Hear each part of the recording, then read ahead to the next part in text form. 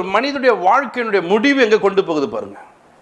ஒரு மனிதனுடைய வாழ்க்கை எங்க நிறுத்துது பாருங்க. இச்சையானது பாவத்தை பிறப்பிக்குமா.